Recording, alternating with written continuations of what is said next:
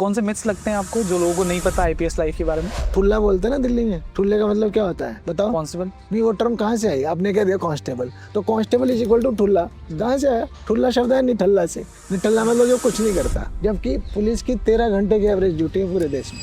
कोई पुलिस को क्रिटिसाइज कर रहा है, पर क्या ये आपको एज फॉर्मर डीजीपी बॉदर करता है? कहेंगे पुलिस करप्ट है, मान लिया। सारी पुलिस करप्ट नहीं है, और बहुत सारी पुलिस करप्ट है। हमारे यहाँ लोग करप्शन को क्राइम ही नहीं मानते। वो सोचते हैं खाली चोरी क्राइम है, डकैती क्राइम है, लूट क्राइम है। चोरी से 3 गुना ज्यादा सजा है करप्शन में, फिर भी इसको क्राइम नहीं मानते आम आदमी। आपकी पोस्टिंग और ट्रांसफर के जो राइट्स है, जो कंट्रोल है, वो कई बार कई हद तक पॉलिटिकल लीडर्स के पास है। आम आदमी सामान्यतः ऑफिसर के पास न जाके पॉलिटिशियन के पास जा रहा है अपने काम के लिए। एक डीजीपी रैंक के ऑफिसर के क्या पर्क्स और प्रिविलेजेस होते हैं? आपका काम बहुत इंपॉर्टेंट है, बहुत महत्वपूर्ण है। राज्य का कोई भी बड़ा काम आपके बिना नहीं हो सकता। What is the biggest challenge you have faced as police officer? Media एक बहुत बड़ा चैलेंज है। फिर आपके सीनियर ऑफिसर्स, आपका स्टाफ, आपके जो गवर्नमेंट में जो बैठे हुए आईएएस ऑफिसर और बाकी सब, ये सब भी कहीं ना कहीं आपके लिए साथ भी दे सकते हैं आपको, और कहीं ना कहीं वो चैलेंज भी बन सकते हैं। रिजर्वेशन को चैलेंज मानते हो आप? जिन लोगों को एक बार रिजर्वेशन मिल गया, उनकी अगली पीढ़ियों को नहीं मिलना चाहिए। अब असली तो आ ही नहीं रही ईडब्ल्यूएस वाली बात, उसमें बहुत सारे झोल है। पूरा देश ना विकसित भारत तो बनना ही है, उसको कोई नहीं रोक पाएगा। जिस तरह जो हमारी स्पीड चल रही है, उसको एक ही चीज रोक सकती है, देश बांटे ना, बस देश एक साथ। ये जितना कास्टिज्म कम्युनलिज्म चल रहा है ना, ये अगर हमारे देश का खत्म हो जाए तो हमें वर्ल्ड का सिरमौर होने से कोई नहीं रोक सकता। दोस्तों, पहली बार हम एक रिटायर्ड आईपीएस ऑफिसर से बात करने वाले हैं इस पॉडकास्ट में, और ये बहुत स्पेशल कॉन्वर्सेशन होने वाली है। टू बी वेरी ऑनेस्ट, शायद पिछले 1-1.5 साल 2 साल से हम बहुत कंसिस्टेंट नहीं रहे हैं चैनल पे, लेकिन अब हम बहुत कंसिस्टेंट रहने वाले हैं और बहुत अच्छा कंटेंट आपके लिए लेकर आने वाले हैं। इस पॉडकास्ट में हम बात कर रहे हैं आईपीएस अशोक कुमार सर से, जो कि एक रिटायर्ड आईपीएस ऑफिसर है। ये डीजीपी रह चुके हैं उत्तराखंड के, और करंट में ये वाइस चांसलर है स्पोर्ट्स यूनिवर्सिटी ऑफ हरियाणा। तो बहुत सारी फन कॉन्वर्सेशन, बहुत अच्छी बातें और वैल्यू एडिशन वाली बातें की है। Make sure to watch this podcast till the very end. Enjoy कीजिए इस पॉडकास्ट को, सब्सक्राइब कीजिए, क्योंकि हमारी टीम के लिए, टीम के मोराल के लिए बहुत ज़रूरी है। Sir, welcome to Ashish interaction podcast. Thank you Ashish. I am very happy and excited to have this podcast, क्योंकि काफ़ी दिनों से हमारी बात हो रही थी। यस, चलता जा रहा था। यस सर, फर्स्ट मैं इस पॉडकास्ट को बहुत कैजुअल स्टार्ट इसलिए लेना चाहता हूँ क्योंकि मैंने कहीं पढ़ा था कि instead of asking how are you, you'd ask कि how are you sleeping these days? Yes, that is the best way to find out आदमी खुश है कि नहीं है। Right. और स्ट्रेस में तो नहीं है किसी तरह के। बट अभी तो मैं ठीक हूँ, बट हमारी लाइफ में ऐसे बहुत मौके आते रहे जहाँ नींद पूरी हो ही नहीं पाती, या नींद आ ही नहीं पाती, बिकॉज इतने टफ इश्यूज पेंडिंग पड़े रहते हैं। तो उनका स्ट्रेस इतना ज्यादा रहता है कि उनको खत्म करना होता है, तो इसलिए वो नींद आ ही नहीं पाती। And sleep plays an important role, sir. आप कितने पीसफुली सो रहे हो, it shows कि आप कितना most important for your digestion, for your health, for your happiness, सब चीजों के लिए सबसे इम्पोर्टेंट नींद है। Right sir. सर, हम रिटायरमेंट के बारे में पहले बात कर रहे थे। I want to know your perspective about retirements, क्योंकि हम जनरली डिस्कस करते हैं कि हमको we should get retired at 40-45, और ये एक आमतौर पर डिस्कशन चलता है। What is your perspective about retirement? देखो, मेरा पर्सपेक्टिव सीधा सा है कि आदमी सर्विस से रिटायर हो सकता है, पर लाइफ से रिटायर नहीं हो सकता। क्योंकि हमने आईपीएस में 34 साल प्लस किया, और उसके बाद एक सर्विस खत्म होगी, उससे रिटायर हो गए, बट लाइफ तो चलता रहेगा ना। अगर लाइफ डेड हो गया तो फिर लाइफ ही नहीं है। मैं आपको बताऊं, 2 महीना में खाली बैठा था, वो पूरी तरह तब खाली भी नहीं था। यानी 30 नवंबर को रिटायर हुआ हूँ मैं, और 1 मार्च को यहाँ आ गया हूँ, तो टोटल हुआ 3 महीना। इनमें से 1 महीना में अपना जैसे सामान समेटना, विदेश घूमना, ये सब किया मैंने। तो सिर्फ 2 महीना में घर पे खाली था, तो आई स्टार्टेड फीलिंग बोर्ड कि क्या करें, क्योंकि काम करने की इतनी आदत है। राइट। तो काम करते रहना, ये लाइफ है, कुछ ना कुछ करते रहना है ना, कुछ ना कुछ मीनिंगफुल करते रहना, तो और अच्छा और पॉजिटिव लाइफ है। मतलब किसी के लिए कहीं कुछ कंट्रीब्यूट कर रहे हो, तो मेरे ख्याल से खाली बैठना इज नो सॉल्यूशन। अभी क्या सीखते हो इस एज में? अरे लाइफ हमेशा रोज नई चीजें सिखाता है, कुछ ना कुछ। जैसे हमने स्पोर्ट्स में आके बहुत कुछ नया सीख लिया। स्पोर्ट्स साइंस क्या है, स्पोर्ट्स में डेवलपमेंट कैसे होती है, लॉन्ग टर्म एथलीट डेवलपमेंट कैसे होता है, कैसे क्यों हमारे मेडल्स नहीं आ रहे हैं, और बहुत सारे, मतलब रोज कुछ ना कुछ नया सीखता है आदमी। सीखने की उम्र हो तो आखिरी दिन तक कभी खत्म नहीं होगा। जब हम इस बारे में बात करते हैं तो एक पर्पस ऑफ लाइफ के बारे में हमेशा बात करते हैं ना, कि you should know what's the purpose of your life. How did you find out, और क्या आप अभी भी ढूंढ रहे हो, और डिड यू फाइंड आउट कि ये पर्पस है? देखिए, पर्पस ऑफ लाइफ तो बहुत सारे होते हैं, पर कुल मिलाकर के ही निकलता है कि it is to be happy, खुश रहना। अब वो खुश रहना हर आदमी के अलग अलग है। राइट। किसी को लगता है भाई पैसे से खुशी मिलती है, किसी को लगता है पब्लिक सर्विस से मिलती है, किसी को लगेगा कि बहुत सारी पावर हो, स्टेटस हो, रुतबा हो, उससे मिलती है, किसी को विदेश घूमने से मिलती है। तो कहने की बात यह है कि आपको किस चीज़ से किक मिलती है, वो खुशी है। तो वो खुशी, अगर आप खुश रह सकें और अपने को रियलाइज कर सके जो आपका पोटेंशियल है, whatever your potential is, self actualization जिसको बोलते हैं, जो मैस्लोज नीड हायरार्की में हाईएस्ट है। मतलब एक होती है बेसिक नीड्स, फिर बीच की नीड्स और फिर हाईएस्ट नीड और सेल्फ एक्चुअलाइजेशन। आप अपना पोटेंशियल पूरा कर जाओ तो अदरवाइज तो यही अभी है। मुझे तो यही खुशी होती है if I am able to help people. कितने लोगों को मैक्सिमम जो है ना मैं हेल्प कर पाया, उसी को देख के मुझे खुशी होती है, दूसरों की खुशी देख के। So that is a purpose. जितना कर सकते हैं उतना करें, for the society, for the people. तो आई ऑलवेज बिलीव, और मुझे आपसे देख के भी वो वाइब आ रही है। तो मैं अभी लास्ट कुछ दिनों पहले एक इवेंट में था, वहाँ पे हम एक डिस्कशन कर रहे थे एंड वहाँ पे सारे एंटरप्रेन्योर्स आए हुए थे। तो एमपी के जितने भी टॉप एंटरप्रेन्योर्स हैं वो सब लोग वहाँ पे बैठे थे, हम बात कर रहे थे एंड वी वर डिस्कसिंग कि ह्यूमन लाइफ की, ह्यूमन पोटेंशियल की कोई लिमिट नहीं है। आप अपने कहीं पे भी जा सकते हो and at the same time किसी भी हर एक ह्यूमन के अंदर वही क्षमता है, जो क्षमता मेरे अंदर है वो आपके अंदर भी है, और आप भी चाहो, और वही चीज़ इलोन मस्क के पास भी है।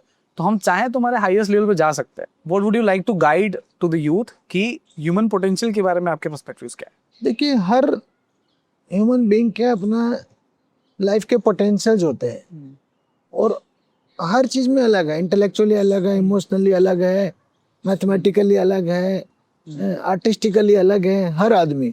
तो वो टैलेंट ना हर आदमी का एक कहीं ना कहीं नैक है, डिफाइंड है, इनबोर्न है। फिर उसको आप कितना मैक्सिमम तक ले जा सकते हो वो भी लिमिट डिफाइंड है। मतलब हर बच्चे को आप सोचें ट्रेन कर देंगे तो सचिन तेंदुलकर बन जाएगा, नहीं बनेगा, क्योंकि वो उसकी हर एक की एक लिमिट है पोटेंशियल की। तो ये तो नहीं कह सकता अनलिमिटेड पोटेंशियल है, बट अपना पोटेंशियल जहाँ तक है, किसी में स्पिरिचुअलिटी है उसकी भी वो आप पोटेंशियल हाईएस्ट ले जा सकें। अपने जो भी आपके टैलेंट है उसको मैक्सिमम तक रियलाइज कर सकें, वही मेरे ख्याल से हम मान सकते हैं कि वही सबसे ज़्यादा खुशीदायक होगा। So let us talk about policing. और पुलिसिंग में जब मैं, हमारा एक चैनल है Indian aspirant show which is IAS podcast, तो वहाँ पे हम ब्यूरोक्रेसी से अपनी पॉडकास्ट करते हैं। और एक चैनल है हमारा जिसमें जेनरिक हर कैटेगरी के गेस्ट आते हैं। पर जब मैं इंडियन एस्पिरेंट शो की ऑडियंस के लिए पॉडकास्ट करता हूँ या किसी ऑफिसर से, जब उन एस्पिरेंट से जब मैं मिलता हूँ, तो उनके एस्पिरेशन है कि हमको एक दिन जाकर आईएएस आईपीएस बनना है, डेप्यूटी कलेक्टर डीएसपी बनना है, ताकि हमारे पास एक दिन पावर हो। But you have lived that life. आपने अपने लाइफ के 34-35 ईयर्स एज आईपीएस काम कर चुके हो। इस पावर से एसोसिएट करना इस पद को, क्या do you feel it is right, and how do you see this from an aspirant perspective? क्योंकि एस्पिरेंट जब तैयारी शुरू कर रहा है तब वो कैसे सोच सकता देखिए, पावर है सर्टेनली, है? स्टेटस है, तामझाम है, रुतबा है, गाड़ी घोड़ा है, वो सब है। अगर एस्पिरेंट ये सोच रहा है कि इन चीज़ों के लिए सर्विस में आना चाहता है तो ये सब है। पर मेरा पर्सपेक्टिव ये रहा है, ये सब किस लिए? ठीक है ना, ये सब किस लिए? पावर है, आपको एक अधिकार दिए, अथॉरिटी दिए तो किसी की हेल्प करने के लिए, पीड़ित की हेल्प करने के लिए, विक्टिम की हेल्प करने के लिए। ठीक है, बिकॉज जो रिच है और जो इन्फ्लुएंशियल है वो तो उसको तो अपने आप ही न्याय मिल जाता है हमारे सिस्टम में। तो जिनको जरूरत है, तो जितने अधिकार दिए गए ना पुलिस को, कभी कभी मैं इसको ट्रिपल पावर बोलता हूँ कि पहला वर्दी का अधिकार कि आप वर्दी पहने हो, दूसरा वेपन्स दिए गए आपको, लोगों की प्रोटेक्शन के लिए दिए गए, क्रिमिनल से प्रोटेक्शन, आतंकवादियों से प्रोटेक्शन, ठीक है, वेपन्स की पावर है। तीसरा आपको कानून का अधिकार है, हम लोग एफआईआर कर सकते हैं, अरेस्ट कर सकते हैं, जेल भेज सकते हैं लोगों को। तो ये जो पावर्स हैं, तो ये पावर हमें किसी की हेल्प करने के लिए देंगे, विक्टिम को बचाने के लिए देंगे, उसकी सहायता करने, क्रिमिनल के अगेंस्ट अधिकार यूज करने में। तो अगर आप इस मोटिव से आ रहे हैं एस्पिरेंट्स, तो बहुत अच्छी बात है, बहुत खुशी की बात है। मैंने कहा पावर तो है ही वहाँ, इसमें कोई डाउट ही नहीं है, तो आप सोच रहे सही सोच रहे हो। पर आप पावर के दुरुपयोग के अपने मन में लेकर के आ रहे हैं कि मैं पावर आएगी तो मैं ये कर दूंगा, वो कर दूंगा, हाँ, मतलब तो गलत बात है। मतलब पावर को पॉजिटिवली लीजिए, to help people, to help the society. Right, nice. Spider Man movie में एक डायलॉग भी है, with great power comes great responsibility. Yes, and we often talk about powers, but responsibility के बारे में बात करना जनरली हम मिस कर देते हैं। प्रॉब्लम क्या है ना, हमारे समाज ऐसे सोचता है। मैं गांव को बिलोंग करता हूँ, तो हमारे यहाँ पता नहीं था आईपीएस क्या होता है। ठीक है। तो जब बने तो आशीर्वाद जैसे गांव में एजेड लोग देते हैं। एक एजेड लेडी हमारी बूढ़ी दादी बोली कि अरे बेटा जल्दी हवलदार बनियो। सुनी क्या पता, मैं तो बहुत रैंक ऊपर आ गया ऑलरेडी। राइट। ठीक है। इसी तरह से किसी ने मुझे आईपीएस होता है क्या है, अच्छा, आपके गांव में उस समय बात? गांव में, मेरे गांव में जब मेरा सिलेक्शन हुआ तब की बात बता रहा हूँ। ओके। ठीक है। बुढ़िया ऐसे वो दे रही है मेरे को आशीर्वाद हाँ। कि अब जल्दी हवलदार बनना। दूसरा जना, एक जना पूछता है, दो तीन जने थे, तो एक जना कहता है यार ये आईपीएस होता है क्या है, तो दूसरे को कुछ आइडिया होगा, कह रहे जिसमें से चाहे उसमें से गोली निकाल दे। हरियाणवी बोले गोली काट दे, मतलब वो पावर को ब्रूट पावर देखता है राइट। कि मतलब उसका कहने का मतलब जिसको चाहे उसको शूट कर दे। ऐसे थोड़ा ही है, there is a system, law, कानून, लॉ ऑफ द लैंड, है ना। तो वो अधिकार आपको है, क्रिमिनल्स के अगेंस्ट है, हाँ।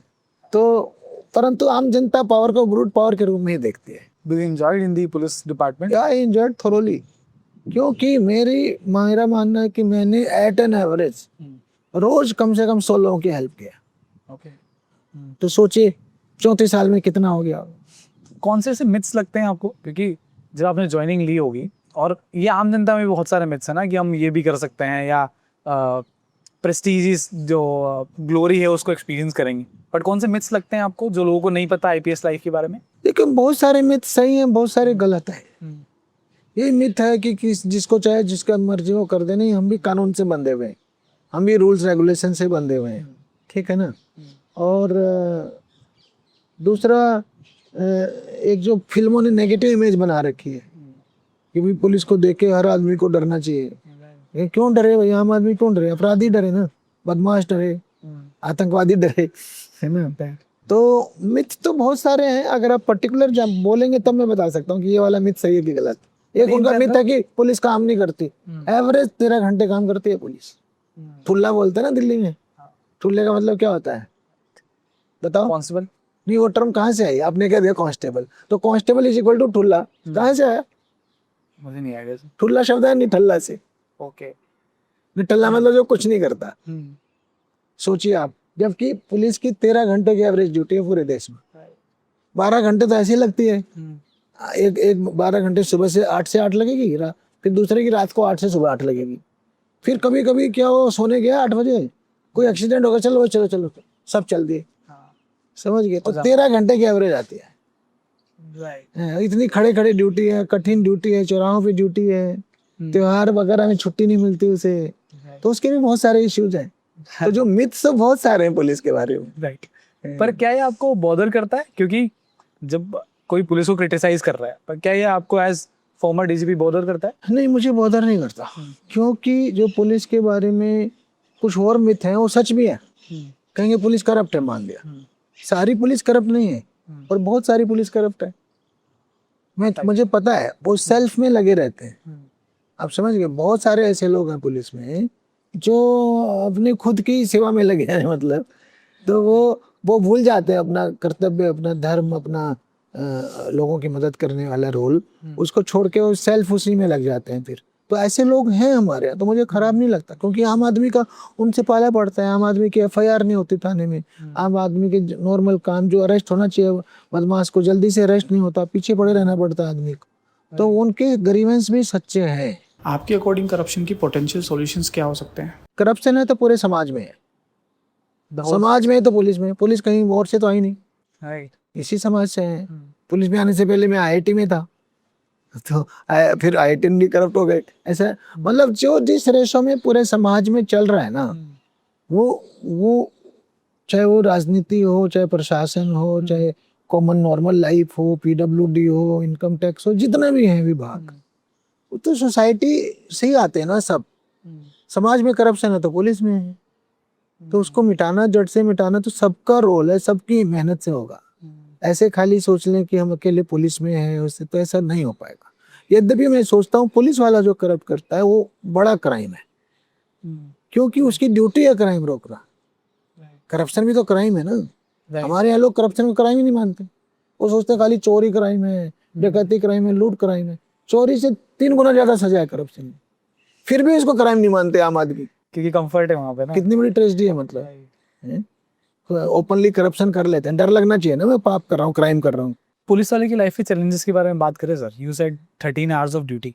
हाँ, कुछ मैं भी करो। आपसे आपके बारे में भी बात करना चाहता हूँ, क्योंकि मैंने बहुत सारे ब्यूरोक्रेट्स के साथ में जब सीनियर ऑफिसर्स के साथ में पॉडकास्ट किया है, कुछ डीएसपी रैंक के ऑफिसर्स के साथ भी पॉडकास्ट किया, ना आई फाउंड वन थिंग कि सब लोगों को कहीं ना कहीं अपनी पर्सनल लाइफ से सेक्रीफाइस करना पड़ता है, क्योंकि आपकी बहुत हार्ड ड्यूटी और हार्श ड्यूटी होती है। How was your life sir? देखो, पर्सनल लाइफ में सेक्रीफाइस होते ही रहते हैं, खासकर परिवार वालों को सफर करना पड़ता है। मैं तो एंजॉय करता था, मतलब मैंने लिखा मैं सिविल सर्विस की तैयारी से पहले कभी नहीं पढ़ा। ओके। हाँ, मैं आईटी में भी आ गया, बिना पढ़ाई के आ गया सब, किंतु सिविल सर्विस के लिए 2 साल मैंने जम के रगड़ा लगाया, तब आया आईपीएस में। उसके बाद लाइफ में ऐसी आदत पड़ गई कि मुझे काम इतना पसंद आया आईपीएस का, तो my work became my hobby. मेरी स्टेटस भी यही है, my work is my hobby. तो जब आपकी हॉबी है तो फिर आपको तो लगेगा ही नहीं, आई एंजॉय माई वर्क। तो I am not feeling stressed कि या मेरा टाइम हो गया, 12 घंटे हो गए, 16 घंटे हो गए, घर जाना, ऐसा नहीं। तो मेरे घर वालों के जरूर बहुत सारे इश्यूज रहते थे। कई बार ऐसा होता था कि बेटी का बर्थडे है, मैं नहीं पहुंच पाया, मैंने पार्टी बुलाई, मैंने पार्टी में खुद नहीं जा पाया, ठीक है, तो घर वाले तो नाराज होंगे ना। तो ऐसे सेक्रीफाइसेस हो जाते हैं। इसी तरह पर्सनली मेरा काफ़ी सोशल मीडिया पे आ चुका, मैं बार बार नहीं बोलना चाहता।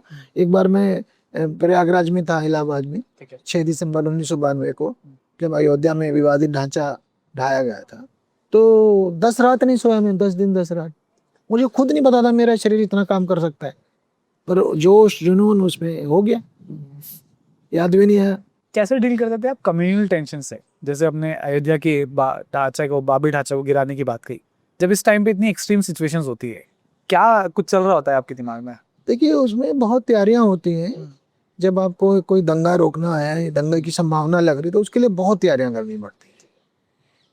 लोगों से मीटिंग करना पड़ता है, सभी ग्रुप से उनको कॉन्फिडेंस में लेना पड़ता है, उनकी लीडरशिप को कॉन्फिडेंस में लेना पड़ता है, फोर्स का डिप्लॉयमेंट करना पड़ता है, सेक्टर्स बना करके, जोन्स बना करके, जिससे कि आप पुलिस की मौजूदगी रहे, पेट्रोलिंग रहे, जिससे लोगों में कॉन्फिडेंस रहे। आपको इंटेलिजेंस बढ़ानी पड़ती है कि कोई रूमर्स नहीं फैला रहे हो, यहाँ 2 मार दिए, वहाँ लड़की का रेप हो गया, ऐसे रूमर्स चलाते हैं दंगों में। तो दंगों की बहुत लंबी चौड़ी बड़ी तैयारी होती है, बड़ा अनुभव, क्योंकि हम तो यूपी में रहे, तो वो बहुत ज़्यादा दंगा प्रोन प्रदेश था। आजकल तो लकी लिखा कम हो गए, ख़त्म हो गए। तो वहाँ ये सब हम करते थे, बहुत ज़्यादा तैयारियाँ करते थे। काफ़ी चैलेंजिंग काम है पर ये। और स्पेशली एक बड़ा रूल, थंब रूल हमने बनाया हुआ था कि एक तो न्यूट्रल रहना है फोर्स को, मतलब किसी को भी दंगा करना अलाउड नहीं है। जो ही उनको एक बार ये गया ना कि एक पार्टी कर लेगी, उसकी पुलिस कुछ नहीं कहेगी, तो दंगा जरूर होगा। लोगों में डर होना चाहिए कि दंगा किया तो पुलिस छोड़ेगी नहीं, बायसनेस ना हो। बायसनेस ना हो। और दूसरा, अगर वायलेंस शुरू हो गई तो उसमें इमीडिएट फोर्स यूज करना है, फिर समझौता कुछ नहीं, क्योंकि दंगे की सिचुएशन में वायलेंस शुरू होने के बाद बिना फोर्स के आप नहीं रोक सकते, फिर एक राउंड ऑफ फोर्स यूज करना ही करना है। पर डू यू फील कि जब हम करप्शन की बात कर रहे हैं, पुलिसिंग की बात कर रहे हैं, तो डू यू फील कि ये पॉलिटिकल प्रेशर होना किसी पुलिस ऑफिसर पे, या आई थिंक सारे सिविल सर्वेंट के ऊपर, क्योंकि आपकी पोस्टिंग और ट्रांसफर के जो राइट्स है, जो कंट्रोल है, वो कई बार कई हद तक पॉलिटिकल लीडर्स के पास है। डू यू फील वो भी एक रीजन है जिसकी वजह से चीजें बढ़ती है? मेरा जो टेक है वो ये है कि पहली बात तो पॉलिटिकल प्रेशर न मान के उसको हम अपना सिस्टम माने। हम डेमोक्रेसी में राज कर रहे हैं, डेमोक्रेसी का सिस्टम चल रहा है, राज नहीं कर रहे हैं। डेमोक्रेसी देश में प्रजातंत्र का राज है, ये कह लो आप, ठीक है, और की व्यवस्था है। तो उस व्यवस्था में कोई भी सुपर पावर नहीं है, हर किसी के ऊपर चेक्स एंड बैलेंस है, ठीक है ना। मान लिया हमारे ऊपर पॉलिटिशियन है, मान लिया पॉलिटिशियन के ऊपर जनता है क्योंकि वो वोट देके उनको बनाती है, या जुडिशरी है सबके ऊपर, जुडिशरी के ऊपर भी पार्लियामेंट है। कहने की बात ये चेक्स एंड बैलेंसेज है। तो जो लोकतंत्र है उसमें पॉलिटिशियंस की एक अपनी भूमिका है, उस भूमिका को डिनाई नहीं किया जा सकता। तो आम आदमी सामान्यतः ऑफिसर के पास न जाके पॉलिटिशियन के पास जा रहा है अपने काम के लिए, ठीक है। तो मैंने लाइफ में ये देखा है कि नॉर्मली अगर एक पॉलिटिशियन, मान लो जिले का कोई नंबर 1 पॉलिटिशियन है, और आप जिले में एसपी हो, एसएसपी हो, उसको यूपी में कप्तान भी बोलते हैं, ठीक है, तो वो आपसे नॉर्मली महीने में 8-10 बार इंटरेक्ट किया उसने आपसे, ठीक है, कि जी एसपी साहब ये देख लेना, ये कर देना, इसका ये इसके साथ ये हो गया, इसकी एफआईआर क्यों नहीं हो रही, ठीक है, इस तरह के, इसमें गिरफ्तारियां नहीं हुई, या इसको गलत नाम आ गया इसमें मर्डर में, चेक कर लेना। तो हम क्या करते थे, मैंने ओवरऑल एट एन एवरेज ये पाया कि 10 में से 5 काम सही होते थे उसके, इसका मतलब वो तो हमारा ही काम हो रहा है। राइट। अगर भाई मैं लोगों की मदद करना चाहता हूँ और मेरे जूनियर स्टाफ ने कहीं गड़बड़ कर रखी है, हाँ। ठीक है, उनके थ्रू मेरे वो पता चला पॉलिटिशियन के थ्रू, तो मैंने ठीक करवा दिया। तो 5 काम तो होने लायक थे ना, वो हो गए, ठीक, राइट। हमने करवा दिए। बाकी 5 हमने कहा ये होने लायक नहीं, ये सही नहीं है, इसमें आपका वर्जन गलत है, आपके पास गलत लोग पहुंचे हैं, तो हम मना कर देते थे कि ये नहीं हो सकता। तो सामान्यतः ये काम चलता है और नॉर्मली पॉलिटिशियन इस व्यवस्था से खुश रहता है। किंतु कोई कोई लोग ऐसे होते हैं जहां उनके पर्सनल इंटरेस्ट क्लैश करने लगते हैं, आप समझ गए।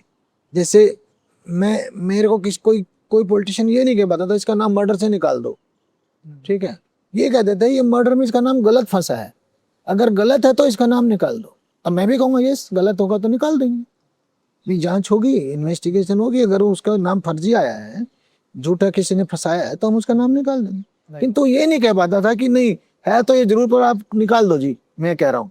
वो मेरे साथ किसी की हिम्मत नहीं पड़ी, वो आपकी इमेज भी बन जाती कि ये गलत वाले काम नहीं करने वाले, ठीक है।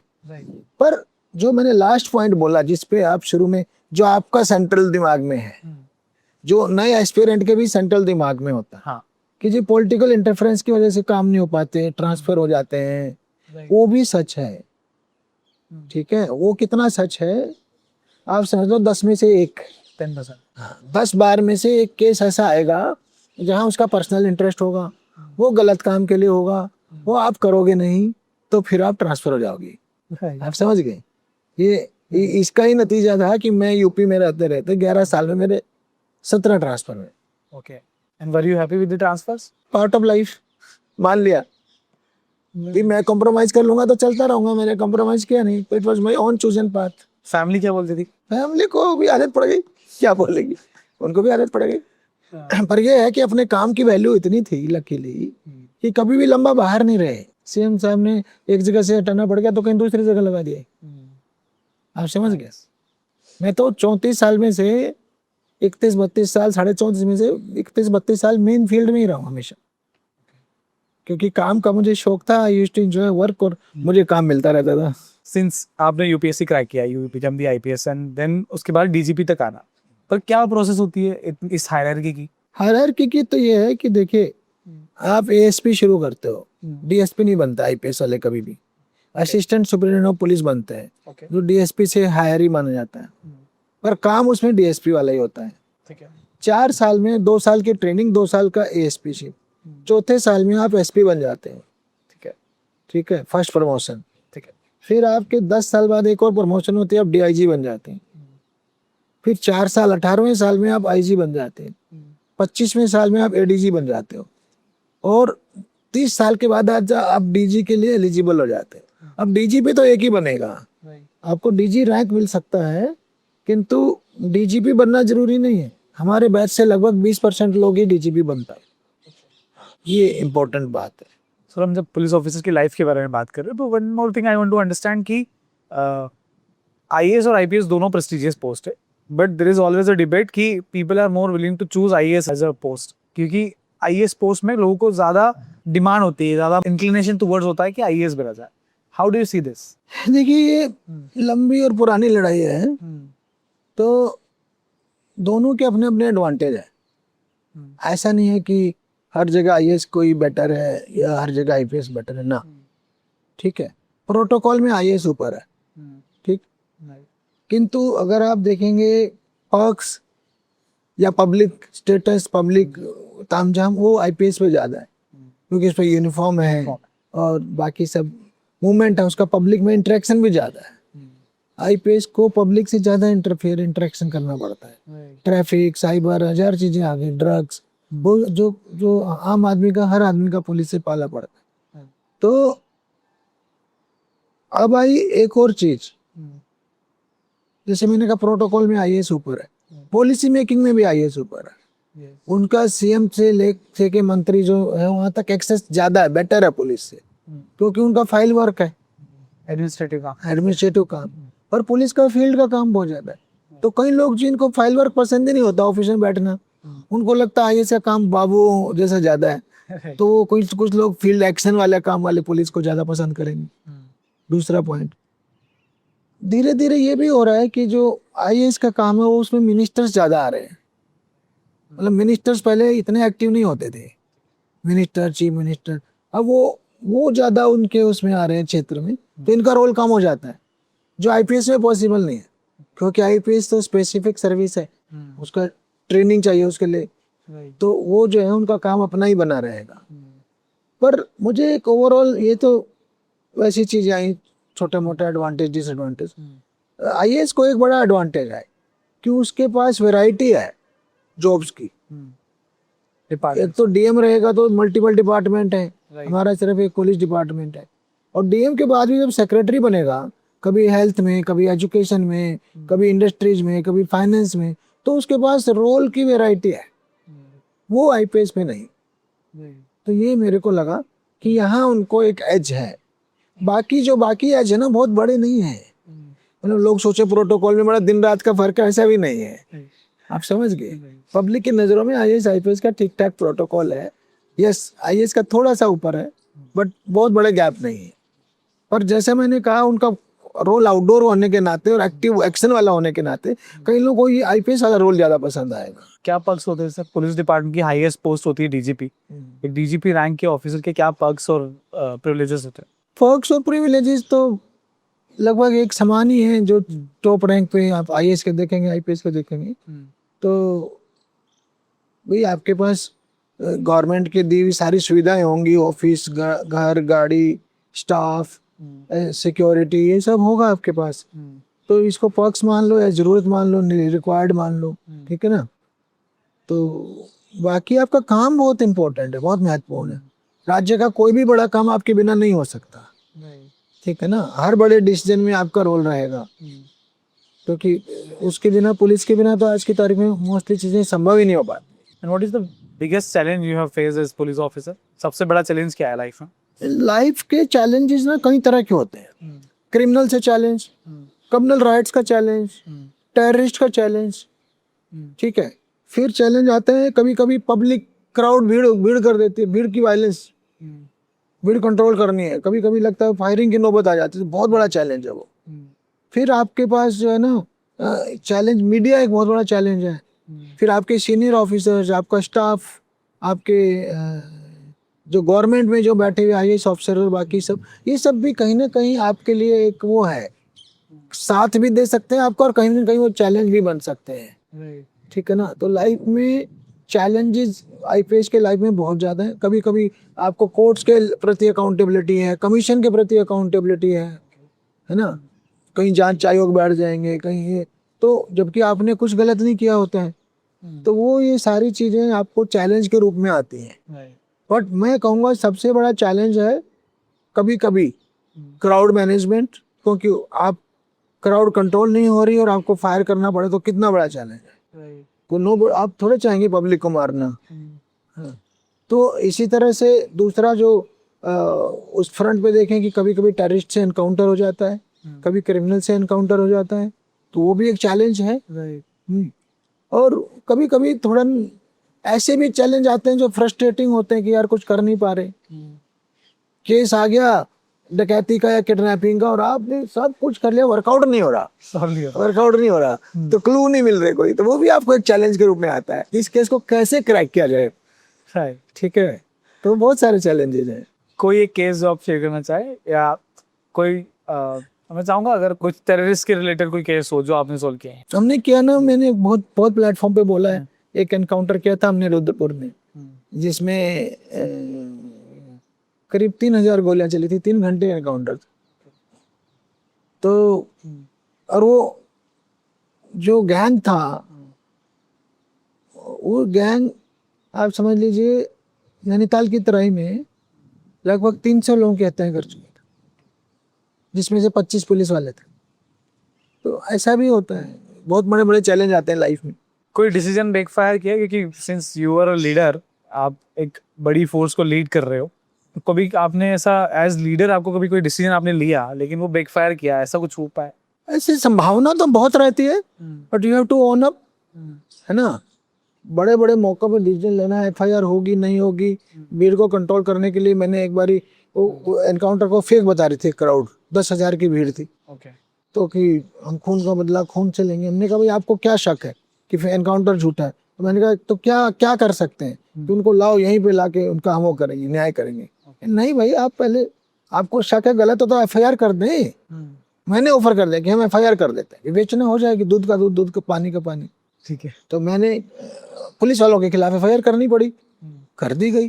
और वो डिसीजन बहुत काम आया। ये उल्टा भी पड़ सकता था, राइट। आप समझ गए ना। क्योंकि उस टाइम जो भीड़ का गुस्सा था वो शांत हो गया उतने उससे, उस कदम से। राइट। आप समझ गए। तो ऐसा होता है। और कभी कभी आपके डिसीजन उल्टे पड़ सकते हैं, परंतु वो हम उसमें ये देखते हैं गुड फेथ में लिया गया डिसीजन था या नहीं। मान लिया हमारे से नीचे का स्टाफ का हो तो गुड फेथ में लिया गया डिसीजन, फिर उसको हमेशा प्रोटेक्ट करते हैं, समझ गए ना। फिर उसको हम कभी भी एक्शन नहीं लेते। तो दोस्तों, हमारा first segment of the podcast अभी फिनिश हुआ है। सर का एक मीडिया इंटरव्यू भी उन्हें देना था, तो इसके लिए एक ब्रेक लिया है हम लोगों ने। उसके बाद हम वापस स्टार्ट करेंगे। और एक बढ़िया लर्निंग बताता हूँ जो मैंने आज अशोक सर से सीखी है। वो ये कि उन्होंने मुझे आज शायद 2 बार 3 बार इंटरव्यू ऐसा हुआ कि वो टाइमिंग से अलाइन नहीं किया, थोड़ा हमने आगे बढ़ाया उसको।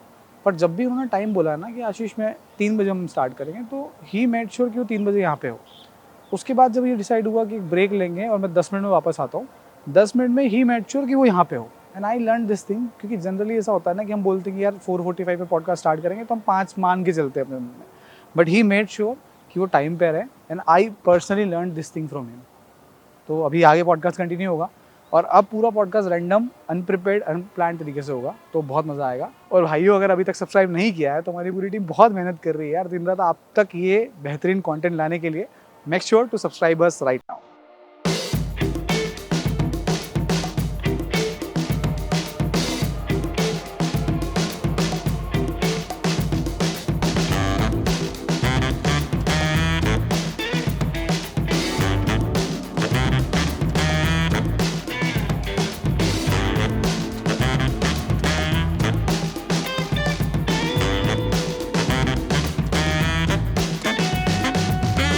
आप मानते हो लक को लाइफ इन जनरल में? हाँ बिल्कुल। इसको लक कह लो, चांस कह लो। मैं कोई भाग्यवादी नहीं हूँ, बट चांस फैक्टर होता है। सब कुछ ठीक चल रहा है, अचानक आप बीमार हो गए। आप जा रहे हो मतलब UPSC का इंटरव्यू देने, यार आपकी जो है ना कोई ऐसे रास्ते में कोई घटना हो गई, आप जा ही नहीं पा रहे हो। हाँ, आप समझ गए। तो ये सब बहुत सारे चांस होते हैं। जैसे Olympic medal fraction of A second से छूट जाता है, राइट। तो वहाँ फिर भी चांस कम है। मुझे लगता है यहाँ चांस थोड़ा ज़्यादा है। आपने कितना, किस चीज़ में कितना तैयारी किया, क्या आया ना, तो वो मार्जिन बहुत कम रहेगा ना। मतलब मुझे तो लगता है जो बच्चा IAS में सिलेक्ट हो रहा है जनरल कैटेगरी का, और जो कुछ जिसको कुछ भी नहीं मिल रहा, ठीक है, उनमें मुश्किल से 2% का गैप होगा। मतलब 2000 का वो है। थोड़ा एलाबोरेट करो उसको। आप सोचो टोटल 2025 मार्क्स का हुआ है। ठीक है, 7 पेपर है, 250, 1750, हाँ। 275 का इंटरव्यू, तो 2025 टोटल मार्क्स। हाँ। और आपको 990 एंड अबो पे IAS मिल जाता है मोस्टली। कभी 980, कभी 990, कभी 995। ठीक है। और नीचे का कट ऑफ कितना जाता है? 957। हाँ, बल्कि 916 हो जाता हूँ, 952 है ना। 7 तो उस पे जाता है ना इंटरव्यू कॉल के लिए, राइट। इंटरव्यू के समेत 950 960 पे जाता है। फर्क कितना हो? 30 नंबर। राइट। 30 नंबर में 2000 का कितना परसेंट हो? 2000 का 30 नंबर 1.5%, 2%। इतना ही अंतर है। आप समझ गए। रिजर्वेशन को चैलेंज मानते हो आप? जैसे मैं एक सिचुएशन बताता हूँ आपको। जब मैंने प्रिपरेशन शुरू किया था तो मेरे साथ में मेरे एक दोस्त थे, बड़े भाई थे, मनीष जैन नाम है उनका। He is Jain, general caste है ना, और बहुत ही इकोनॉमिकल सिचुएशन उनकी बहुत ही ख़राब थी उस समय। ठीक है।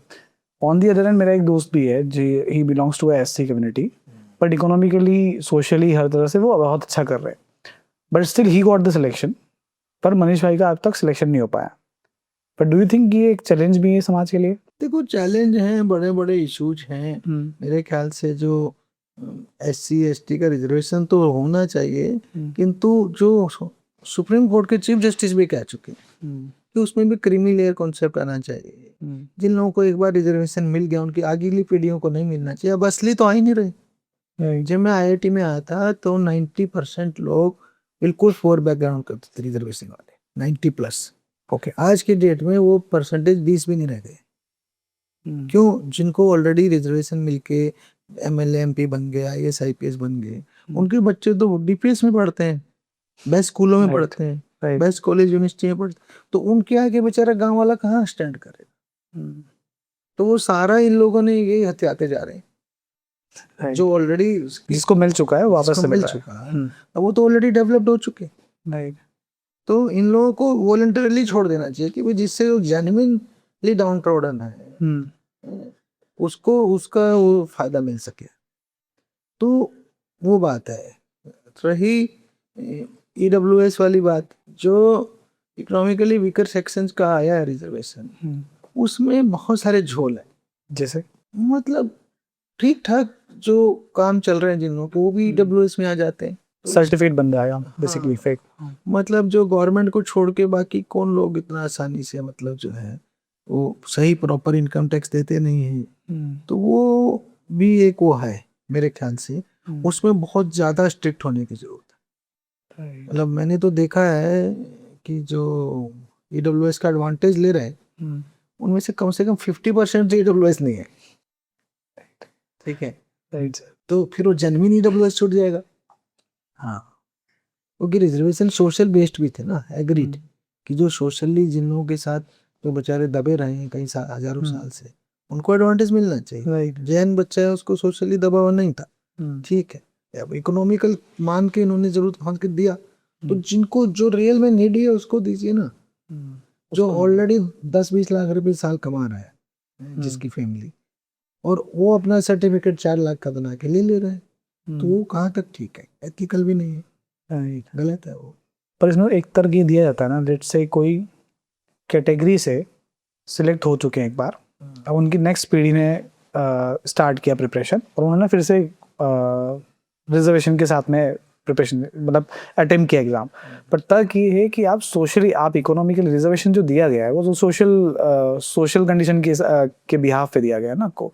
और अगर आप इकोनॉमिकली फाइनेंशियली साउंड हो भी गए, बट स्टिल आपके साथ में अगर आपके कॉलेजेस में या कहीं पे 35 साल सर्विस में रह चुके हैं, ठीक, राइट, और देश की प्रीमियम सर्विस में रह चुके, हाँ, तो जो लोग एमएलए बन गए, एमपी बन गए, मंत्री बन गए, आईएएस आईपीएस बन गए, उनकी सोशल स्टेटस ठीक ठाक बन सही, बहुत लोगों से ऊपर चले जाते हैं। Agree sir. अब वो उस लेवल की तो नहीं है कि जब उनके बच्चों को रिजर्वेशन की जरूरत। हर आदमी उनको एमपी का बेटा, आईएएस का बेटा बेटी कहेगा, राइट, कोई नहीं कहेगा कि रिजर्वेशन से। तो मेरे हिसाब से तो उनकी सोशल स्टेटस भी उठ चुकी होती है।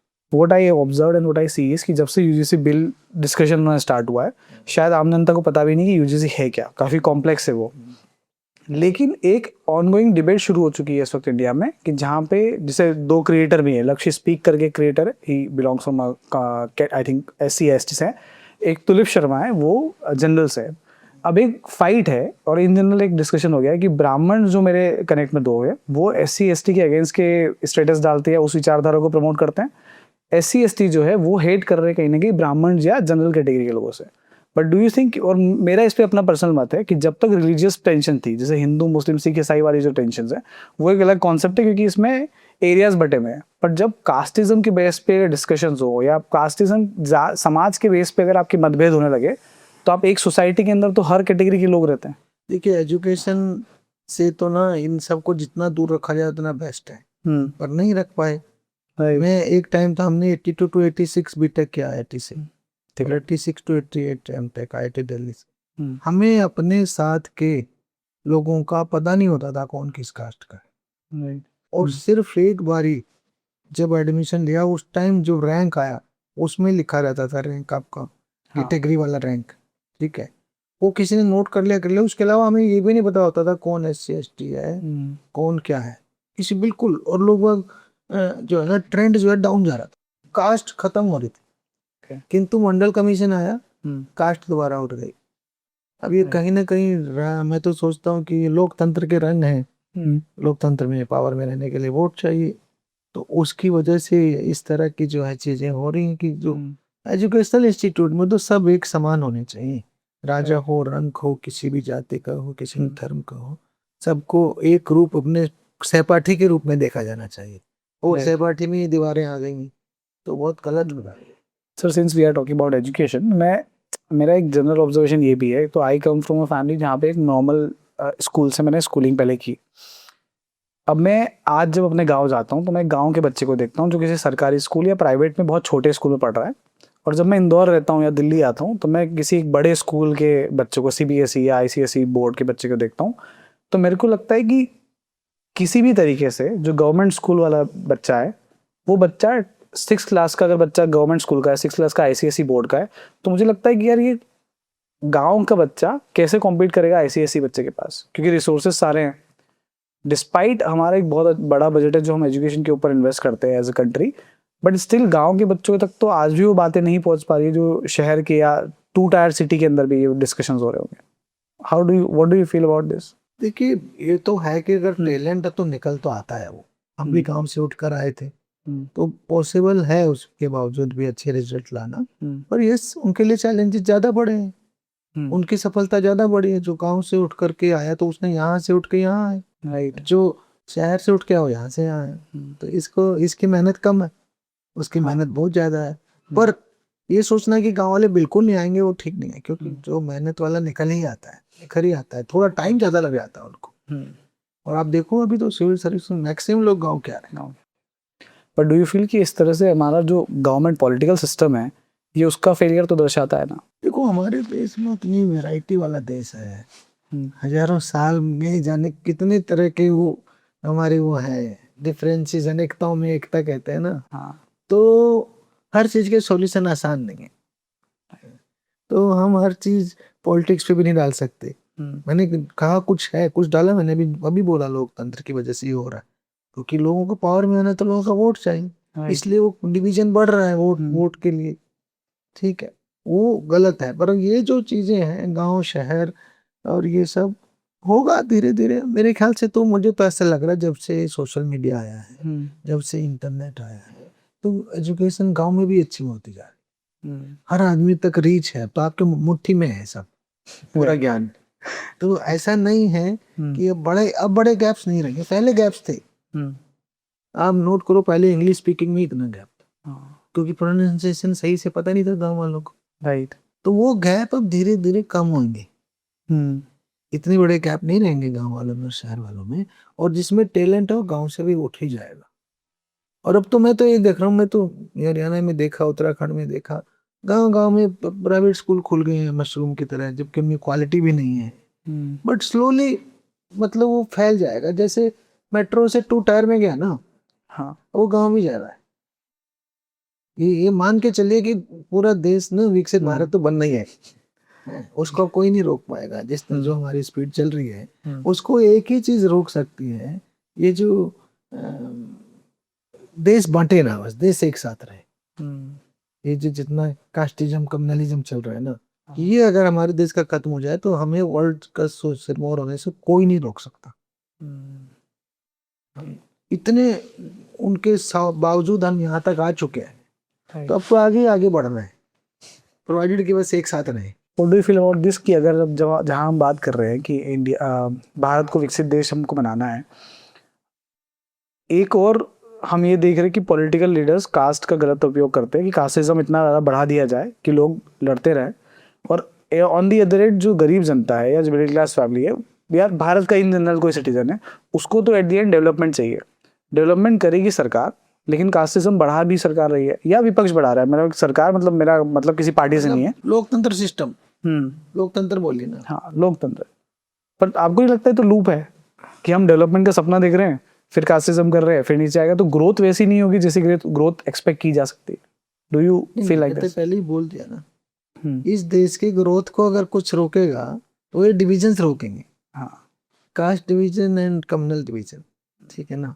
अगर हमारा ये खत्म हो जाता तो हम ऑलरेडी सिरमौर बन चुके होते, क्योंकि हमारी आधी एनर्जी इन्हीं पे लगी रहती है, राइट। ठीक है, तो टाइम के साथ हो सकता है चेंज हो बहुत कुछ, हो सकता है, मुझे तो उम्मीद है कि एक न एक दिन ऐसा आएगा जब हमें रिजर्वेशन की जरूरत ही नहीं रहेगी।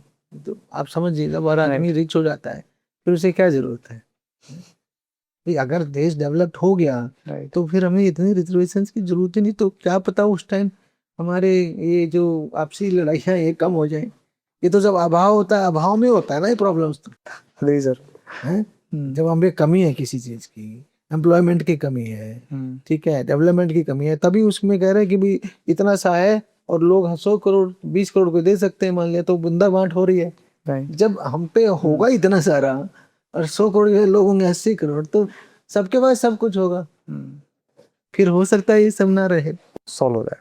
मतलब मैं ऐसी उम्मीद करता हूँ एक न एक दिन जब हम विकसित होंगे तो क्या पता ये जो छोटे छोटे टेंशन है ना इंटरनल, ये खत्म हो जाए। क्योंकि मैंने यूरोप में 1 साल रहा हूँ मैं, इसमें कोसोवो में।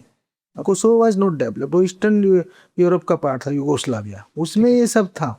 किंतु जो वेस्टर्न यूरोपियन थे उसमें हमारे साथ, जर्मनी के, फ्रांस के, इटली के, उनके लिए लाइफ, अमेरिका के, उनके लिए लाइफ इजी था। उनको मैंने देखा, उनके लिए लाइफ को जीना, सरवाइव करना इतना कठिन है ही नहीं। हमें लाइफ जीने के लिए कितने पापड़ बेलने पड़ते। वहां तो आप कुछ इवन एक ऑटो रिक्शा चला लोगे, छोटी सी दूर का $10 मिलता है, मैं ये हूँ, तो उसके लिए भी लाइफ बहुत ईजी है। मॉनिटरीली वो इंजीनियर से बेटर है। मैंने अमेरिका कनाडा में देखा है, ठीक है, एन ऑटो ड्राइवर और taxi driver earns more than an engineer, पक्के से। वहाँ उसकी बहुत बहुत वो है, बहुत लाइफ बेटर होगी, तो उसकी लाइफ कंफर्टेबल है। तो वहाँ तो ये है कि भाई मुझे बहुत ज्यादा व्हाइट कलर जॉब चाहिए तो पढ़ लूंगा, नहीं नहीं पढ़ाई कर सकता तो कुछ भी कर लूंगा। लाइफ इजी है। लाइफ जीने के लिए 1000 पापड़ नहीं बेलने, इतना झूठ नहीं बोलना, इतना फ्रेब नहीं करना। तो हो सकता है जिस दिन हम डेवलप्ड होंगे तो हम भी ऐसे ही हो जाए। क्या देखते हो सर, अभी क्या पढ़ते हो आप? मैं आजकल पढ़ रहा हूँ बहुत ज्यादा, मैं आजकल उस पर पढ़ रहा हूँ, हिस्ट्री एंड माइथोलॉजी। मेरा उसमें बहुत इंटरेस्ट है, इंडस वैली सिविलाइजेशन, आर्यंस, क्योंकि उसमें बहुत रिसर्च हो रही है लेटेस्ट। और एक देव यजनम है, उन्होंने ऑलमोस्ट इसको सिंधु घाटी सभ्यता की स्क्रिप्ट को वो कर लिया है, डिसाइफर। ओके। और थ्रू एआई वो कह रही है ब्राह्मी की परिकर्सर है, जो लैंग्वेज, जो स्क्रिप्ट है, जो ब्राह्मी है अशोका की पीरियड की, उसकी परिकर्सर स्क्रिप्ट है इंडस वैली वाली। और उसके थ्रू उसने ये भी क्लियर किया कि संस्कृत भाषा थी। तो इसका मतलब ये कंटिन्यूम था। राखीगढ़ी हरियाणा का एक शहर है, हिसार डिस्ट्रिक्ट में, कस्बा गाँव है। 8000 से 3000 साल तक के अवशेष मिले कार्बन डेटिंग में, 8000 ओल्डेस्ट, 3000 लेट। तो इसका मतलब एक कंटिन्यूम है ना वो सिविलाइजेशन। राइट। हमने जबरदस्ती आर्यन इन्वेजन थ्योरी बना दी है, अंग्रेजों ने उसका हमारे लिए कॉम्प्लेक्स डाल दिया, साउथ नॉर्थ साउथ का डिवाइड कर दिया, कलर के हिसाब से डिवाइड कर दिया, यानी 20 उन्होंने थ्योरी बना दी उसके बेस में। आर्यन बाहर से आए थे, कोई वेद, सारे हमारे साहित्य को, सारे को उसने माइथोलॉजी बना दिया। वेद हो, महाभारत हो, रामायण हो, सब माइथोलॉजी। भाई 2500 साल पहले बुद्ध और जैन हुई, ठीक ठीक है, महावीर जैन और भगवान बुद्ध दोनों 2500 साल के आसपास हुए, ठीक है। हम उससे इधर को सब हिस्ट्री मान रहे हैं क्योंकि वो रिकॉर्ड में लिखा हुआ है। राइट। तो क्या हिस्ट्री अचानक एक दिन शुरू हो गई? Not possible, not possible. उससे क्या, उससे पहले सब हवा वही था कि वो तो जी बस देवताओं की घड़ी हुई बातें सब। तो उसके पहले भी तो इतिहास रहा होगा, रहा है। हाँ। और हमने उस सारे के सारे को झूठ मान करके, जितना भी वेद रामायण महाभारत है कि सब काल्पनिक है, सब माइथोलॉजी है। अचानक एक चोरी लाई, यहाँ तो घोड़े होते ही थे, इसलिए आर्यन बाहर से आए। अब वो घोड़े भी मिल गए, रथ भी मिला है सिनोली में, ओके, बागपत जिले में। तो मेरे विचार से इंडिया की हिस्ट्री चेंज होगी। और 8000 साल पहले तो जा चुकी। अब लेटेस्ट आ रहा है कि जो इंडस वैली के वो है, सिमिलर स्क्रिप्ट ईरान, इराक और मिस्र तक मिल रहा है। इसका मतलब उस टाइम भी कुछ ना कुछ यहाँ से मूवमेंट था, वहां तक ट्रांसपोर्ट होता होगा या ट्रेड होता होगा, या ट्रेड हो या जो भी था, मतलब। तो और इतनी जबरदस्त सिविलाइजेशन है, आप तो देखा ही है जी, इतनी हाईली डेवलप्ड वहाँ ड्रेनेज सिस्टम है। तो इट वाज वेल।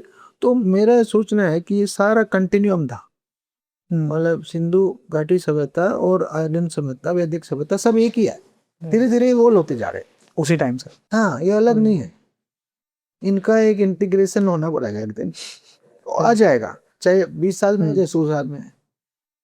यहाँ वोट की राजनीति में कई बार वो भी दब जा रहा है, जो हमारी एक्चुअल हिस्ट्री और कल्चर है। हाँ, क्योंकि जो सिंधु घाटी सभ्यता है उसमें किसी एक वर्ड तमिल से मिलता जुलता है, तो उस पे कमिल अभी तक के जो मैंने सुना है इसको देवयासनम को, तो वो कह रहे हैं तमिल थी वो तो ओरिजिनली, और तमिल और संस्कृत में भी कुछ तो कॉमन है, तो जो भी हो उसको हमें फुल रिसर्च करना चाहिए और तब अपने इतिहास तक हम एक्चुअल में पहुंचेंगे।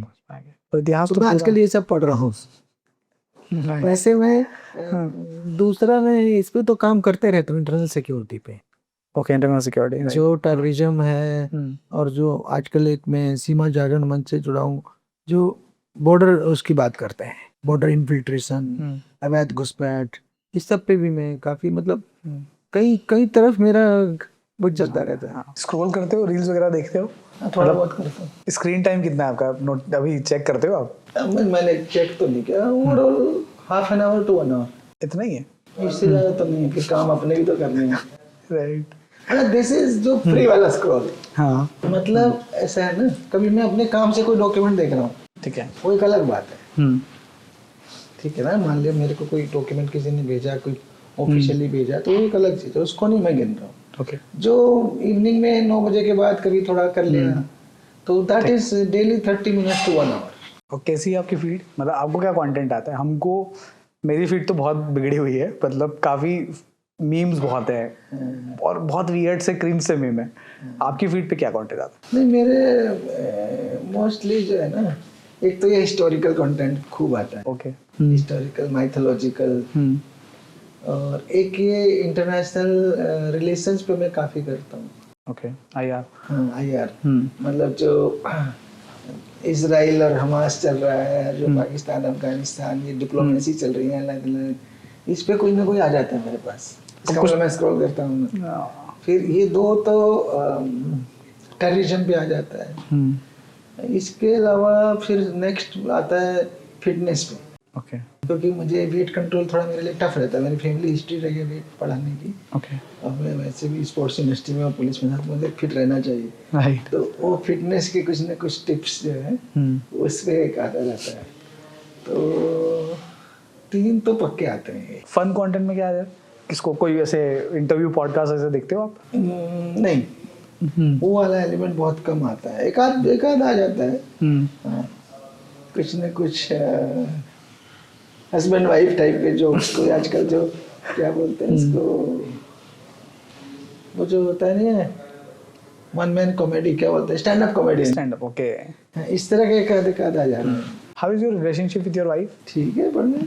मैं नहीं, मतलब मैं इसको ऐसे पूछ रहा हूँ, जनरल टर्म्स में हमारे, आई dated for a very long time, मेरा एक बहुत लंबा रिलेशनशिप रहा है, पर वो हासिल नहीं होता। जैसे हमारी जनरेशन में तो बहुत कॉमन हो गया है कि जब मैंने रिलेशनशिप स्टार्ट किया था तब बहुत हसल था कि टाइम नहीं दिया तो लड़ाई हो गई, किसी छोटी बात पर लड़ाई हो गई। But you are a working professional, stable हो गया। अब तो स्टेबल हो गया वक्त के साथ। आपके साथ कैसा है? ठीक है, अप डाउन चलता रहता है। कैसे डील करते हो? ये हमारा लाइफ टफ रहा है, उनको धीरे धीरे आदत पड़ेगी टफनेस को झेलने की। ये डील तो क्या ही करना है, मतलब हमें तो चेंज आएगा नहीं, क्योंकि टफ है तो टाइम दे नहीं पा रहे, तो वो तो रहेगा ना, तो थोड़ा उनको उसकी आदत पड़ गई, बट वही है। What's your love language? ये एक कॉन्सेप्ट है अभी जो चल रहा है, काफी वायरल हुआ है। क्या है लव लैंग्वेज? लव लैंग्वेज, हाँ, आपकी लव लैंग्वेज क्या है? लव लैंग्वेज मतलब मैं थोड़ा कॉन्टेक्स्ट दे देता हूँ आपको पता है इस बारे में? ना, मैंने पहली बार सुना। लव लैंग्वेज मतलब ये कि मेरी प्यार मैं इजहार कैसे करता हूँ, मैं कैसे प्यार जताता हूँ, वैसा वाला। तो लेट्स से कि कुछ ऐसा हो सकता है कि आप फूल देते हो किसी को, है ना, आप कुछ हिंदी में रोज कुछ अच्छे टेक्स्ट करते हो, ये एक लव लैंग्वेज हो सकती है। आपके लिए क्या है? पोएट्री, अच्छी पोएट्री हो सकती है। आप लिखते हो? हाँ, मैं लिखता था। कुछ सुनाना चाहोगे? मैंने तो वो भी सब वर्क रिलेटेड लिखा है बहुत। आज तो सर आप डेडिकेट कर सकते हो मैम के लिए। मेरी जो बुक थी ना, ह्यूमन इन खाकी, उसकी हर कहानी के पहले एक मैं पोएम डालता था। ओके, खाकी में इंसान में, जो ऐसी बुक पहले इंग्लिश में लिखी गई फिर हिंदी में, बट मेरी पोएम सारी हिंदी वाली हैं। ओके। उनका कहना जनता की सेवा करो, सर आंखों पर, थोड़ी सटायरिकल है। उनका कहना जनता की सेवा करो सर आंखों पर हमारा कहना खुद की सेवा, पहले खुद की सेवा तो कर लो और अच्छा है। तो मतलब ये एक पॉइंट है धीरे धीरे जिसमें वो कि कैसे लोग आइडियल्स को तोड़ देते हैं सिविल सर्विस में आने के बाद, कैसे सेल्फिश बन जाते हैं और कैसे करप्ट हो जाते हैं। तो ऐसे लोगों पे सटायरिकल है। तो सर तो चीटिंग कर लिया आपने, आप तो किसी और एंगल पे ले गए, मैम के लिए कोई डेडिकेट अरे सर वो गाना याद आएगा उसका भी, अच्छा सडनली याद नहीं आ रहा। मतलब वैलेंटाइंस डे मनाते हो? अभी रिसेंट में गया है वैलेंटाइन डे, हमारी मैरिज एनिवर्सरी 12 को आती है, 12 और 14 में गैप क्या है? Right. Love marriage arrange marriage की है? नहीं अरेंज है। और कैसे किया उस टाइम पे? मतलब कुछ तो स्टोरी होगी, कैसे मिले थे पहली बार? नहीं अरेंज से उससे मिले थे। मतलब मेरा सर्विस मेरा ज्वाइन हो गया था, देन मैं ट्रेनिंग तक मैरिज की नहीं थी। उसके बाद I was looking for marriage. इनके पेरेंट्स में अलीगढ़ में पोस्टेड था, ये ओरिजिनली अलीगढ़ को बिलोंग करते हैं। ओके। मेरी वाइफ, तो उनके पेरेंट्स हमसे मिले। मैंने कहा ठीक है, तो फिर हम मिल लेंगे। तो हम फिर इनसे मिले, मैडम से। पहली बार में ओके हो गया, खत्म। लव एट फर्स्ट साइट जो भी कहिए। रिलेशनशिप के बारे में थोड़ा बात करते हैं, क्योंकि अभी जो जनरेशन चल रही है, आई होप अगर आपने ऐसा देखा हो तो, क्योंकि मेजॉरिटी ऑफ जो यूथ है उनके रिलेशनशिप में कहीं ना कहीं हसल्स चल रहे हैं। लाइक अगर आप कॉर्पोरेट में जाओगे वहाँ पहले वालों में भी चलते थे, ऐसा नहीं चलते थे, वो बताते नहीं थे। अच्छा पहले हाईलाइट नहीं होगा अभी तो। राइट। हसल्स तो ऐसा नहीं है, बिना हसल्स के नहीं है। तो सब बताओ कुछ किससे, इफ यू विश टू। नहीं रिलेशनशिप में हसल चलते रहते। मैंने बोला ना कि भाई आए नहीं, लोगों को बुला लिया, कार्ड भेज दिया, आप खुद ही नहीं आए, नाराजगी तो होगी। या कि टाइम ही नहीं है हमारे लिए, या कि सॉफ्ट फीलिंग्स के लिए टाइम नहीं है, हमेशा पुलिस पुलिस पुलिस चलता रहता है। इस तरह की बातें वो रहते हैं, हर एक के अपने इश्यूज रहते हैं कुछ ना कुछ। तो यही मैं कह सकता हूँ। और तो क्या मतलब, एकदम ये सोचना कि हसल्स होंगे ही नहीं, वो तो इम्पॉसिबल। हमारे पेरेंट्स की जनरेशन में भी थे, बस वो बाहर नहीं आते थे, घर घर के अंदर आ जाते थे, बाहर पता नहीं चलता था। अब वो बाहर पता चलने लगा। अच्छा कारण क्या, पहले ऑप्शन ही नहीं था। भारतीय समाज में कोई सोचता नहीं था कि तलाक हो सकता है या ब्रेकअप हो सकता है, समझे आप? राइट। तो वो जो है वो ऑप्शन दिखने लग गया, तो ब्रेकअप भी होने लग गया। राइट। आप समझ गए ना, पहले ऑप्शन नहीं था, तो रहना तो यही है, चाहे लड़ भिड़ के रहो, चाहे प्यार से रहो। लोग ऐसे सोचते थे। राइट। आपके हिसाब से क्या सीक्रेट है हैप्पी मैरिज के या हैप्पी लव लाइफ के? क्या बनाता है एक रिश्ते को powerful? Higher EQ। Higher EQ। Emotional question जिसका ज्यादा अच्छा होगा उतना ज्यादा सर्वाइव करेगा। मतलब आप दूसरे की फीलिंग को समझें और फिर उस हिसाब से अपने को मोल्ड करें। तो वो ही है, हम अपने अपनी समझते हैं, अपने अपने में खोए रहते, दूसरे को समझते नहीं है। नहीं। तो इसलिए झगड़े होते हैं। तो EQ जिसका हायर होगा ना, वो ज्यादा सर्वाइव करेगा। इमोशंस को समझना, emotional question, emotional intelligence. Life में IQ की वैल्यू सिर्फ इनिशियल सक्सेस के लिए है। उसके बाद लाइफ में सक्सेस के लिए EQ ही चाहिए। जिसका, तभी तो पॉलिटिशियन जितना अच्छा कर रहे हैं, उनकी IQ औरों से 90% टाइम कम होती है, पर EQ उनका हम लोगों से बहुत अच्छा होता है। राइट। इसलिए वो इतना अच्छा कर रहे हैं। Right, I agree sir. Recently हमने एक पॉडकास्ट किया है EQ एक्सपर्ट भास्कर इंद्रकांति भाई के साथ में, और उन्होंने इन्हीं सब एस्पेक्ट्स के बारे में बात किया। कैसे एड्रेस करते हो आप इमोशंस को, या आप जो फील कर रहे हो उसको आप कैसे चैनलाइज करते हो अपने अंदर? या for instance I would say, जो मैंने अभी इमोशंस के बारे में सीखा है कि आपको अगर कोई भी इमोशन हो रहा है, लेट्स से आपको एंगर हो रहा है, लव वाला इमोशन है या एंजाइटी वाला इमोशन है, तो आप उसको पहले एक्सेप्ट करते हो, फिर एक्नॉलेज करते हो, उसको प्रोसेस करते हो। How do you do this? वही है कि टाइम देना होता है। अगर एंगर का फीलिंग है तो आप उस टाइम ब्रेक दो, इमीडिएट उसको एक्सप्रेस मत करो। अगर आपने 1 घंटा भी होल्ड कर लिया तो वो धीरे धीरे आपको दूसरे का व्यू पॉइंट समझ में आ जाएगा और आपका एंगर थोड़ा डाउन हो जाएगा। ठीक है, तो एंगर मैनेजमेंट बेटर होगी। ठीक है, फिर जो रिएक्शन आएगा वो ज़्यादा समझा हुआ सुलझा हुआ आएगा। उसी टाइम फर्स्ट इंस्टेंस पे आपने इंस्टेंट पे रिएक्ट कर दिया तो बहुत ही एंग्री रिएक्शन आएगा। तो उसके मैनेजमेंट का यही है कि इमीडिएट रिएक्शन मत करो, थोड़ा टाइम दो, फिर उसके इशू के और पहलू समझो, दूसरे का पॉइंट ऑफ व्यू समझने की कोशिश करो जिस पे गुस्सा आ रहा है। That is it. Slow reaction, right. फिर भी नहीं मैनेज हो रहा तो डीप ब्रीदिंग, ये सब तो टेक्निक्स करनी जाती हैं। थेरेपीज लिए सर कभी आपने? हैं? थेरेपीज लिए कभी? नहीं वैसी थेरेपी नहीं ली मैंने, बट योगा वगैरह मेडिटेशन वगैरह किया मैंने, विपासना भी की। अच्छा, विपासना किया है। विपासना का एक्सपीरियंस बताओ आपका। अच्छा था, 10 दिन तक बिना बोले बिना मोबाइल के सब पूरा कट के मेडिटेशन करना अच्छा लगा। और कब किया था आपने? 2006, 20 साल हो गए। तो 20 साल पहले। मैं आज सोचता हूँ कि विपासना के लिए 10 दिनों का एक ब्रेक ले लूँ, बट नहीं ले पाता हूँ, बट मुझे लगता है कि लेना चाहिए। अच्छा लगा, मेरा तो वेट मैनेजमेंट में भी उसने साथ दिया था। और ओके। हाँ, अच्छा रहता है, डिटॉक्स है एक प्रकार से, बड़ा डिटॉक्स है, और अपने अंदर झांकने का मौका। क्योंकि 10 दिन आप पूरा दुनिया से डिटैच हो जाते हो, फोन नहीं है। Right. What is the one thing जो आपको लगता है कि लाइफ में ये भी हो जाता, कोई रिग्रेट्स वगैरह है?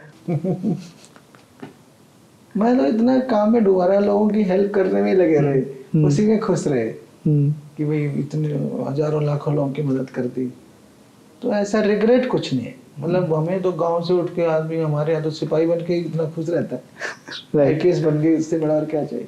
तो रिग्रेट तो नहीं है, बट ये है कि ऑब्वियसली आदमी सोचता है लाइफ में जाने में और कितना कुछ कर लेता। जैसे मैं आजकल मेरा इसमें आ रखा है इंटरेस्ट, मैंने बोला ना, हिस्ट्री और माइथोलॉजी और आर्कियोलॉजी में। ठीक है। तो मैं चाहता, मेरे पास टाइम होता तो मैं इसकी पूरी रिसर्च कर डालता हैं, और पूरे वर्ल्ड लेवल पे जो सिंधु सरस्वती सभ्यता है इसको एस्टेब्लिश कर पाता। तो मेरा एक मतलब वो एक विजन बन गया अभी। इस पे भी हो सकता है मैं किताब तो लिख ही डालूंगा किसी ना किसी दिन, पर वो मेरी रिसर्च करी ही नहीं होगी। क्योंकि मैं नहीं, उसके लिए वो एक्सपर्टीज नहीं है ना। तो ऐसे बहुत चीजें हैं, मतलब ऐसे रिग्रेट तो नहीं कहेंगे, पर करने को 1000 चीजें हैं। मतलब जैसे हम सपने देखते हैं, आई एम 26 राइट नाउ, पर मैं अपने कुछ गोल्स बनाता हूँ कि एक शॉर्ट टर्म गोल है जो मुझे अगले 6 महीने 1 साल में अचीव करना है, कुछ लॉन्ग टर्म गोल्स जो अगले 5-10 साल के लिए हमको अचीव करना है। How do you see this at this age? अब आप कैसे प्लान करते हो अपनी लाइफ को, या प्लान करते हो लाइफ को? देखो, प्लान तो कुछ ना कुछ जरूर चलता है। प्लान नहीं करेंगे, सपने नहीं देखेंगे तो फिर आगे नहीं बढ़ेंगे, फिर हम स्टैग्नेंट हो जाते हैं। राइट। तो प्लान तो करना ही है।